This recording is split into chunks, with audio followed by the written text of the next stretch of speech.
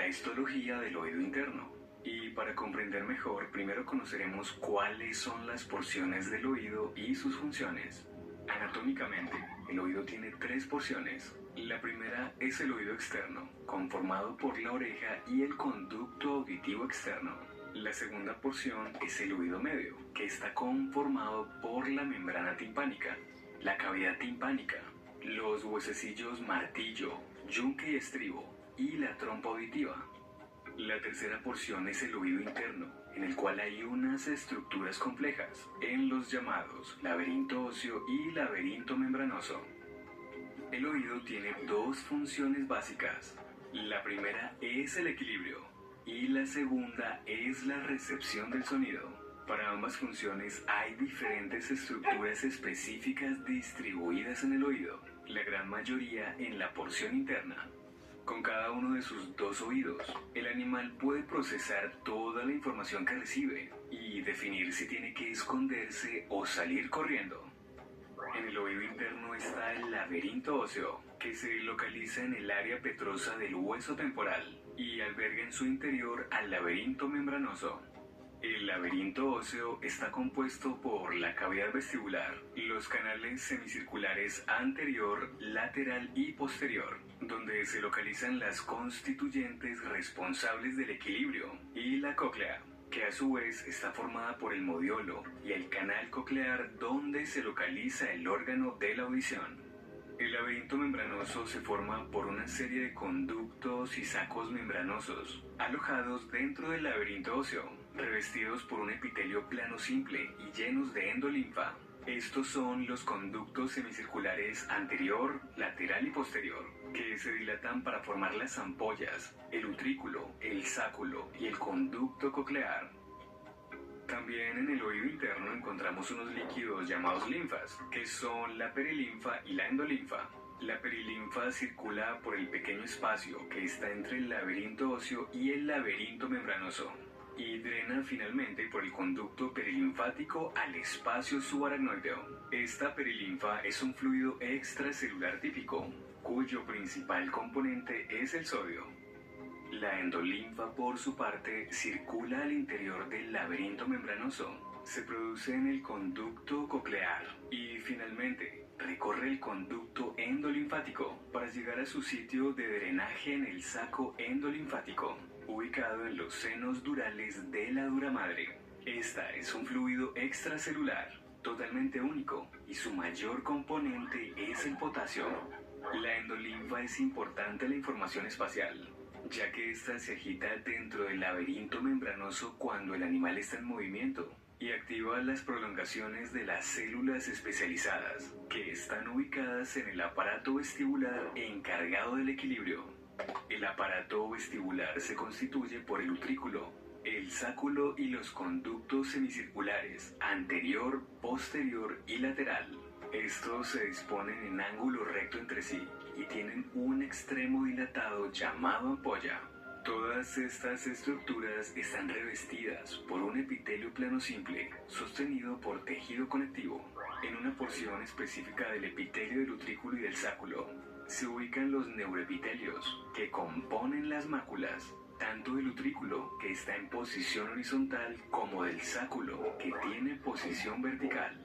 En las ampollas de los conductos semicirculares se ubican los neuroepitelios, llamados crestas ampulares.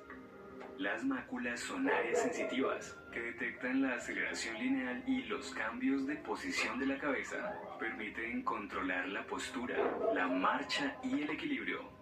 La mácula consiste en células de sostén y células vellosas tipo 1 y tipo 2, ambas con prolongaciones citoplasmáticas, como cilios, estereocilias y cinetocilio. Las células tipo 1 tienen formas globosas y están rodeadas por una prolongación nerviosa aferente.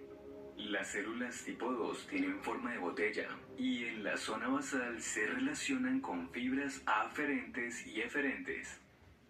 Asimismo, la mácula está cubierta por la membrana otolítica, masa gelatinosa que contiene otolitos, y es formada por glucoproteínas sintetizadas por las células de sostén en las cuales están las esterocilias y cilios de las células vellosas. Cuando se mueve la endolinfa, también lo hacen la membrana, los otolitos y las prolongaciones de las células, las cuales envían esa información de la posición del animal al sistema nervioso.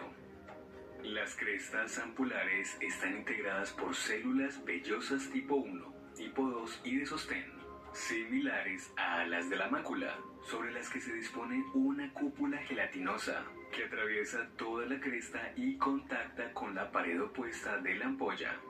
Cuando la linfa se mueve, genera movimiento en la cúpula de la cresta y esta activa las prolongaciones de las células vellosas. De esta manera se envía la información de movimiento rotatorio del animal al sistema nervioso.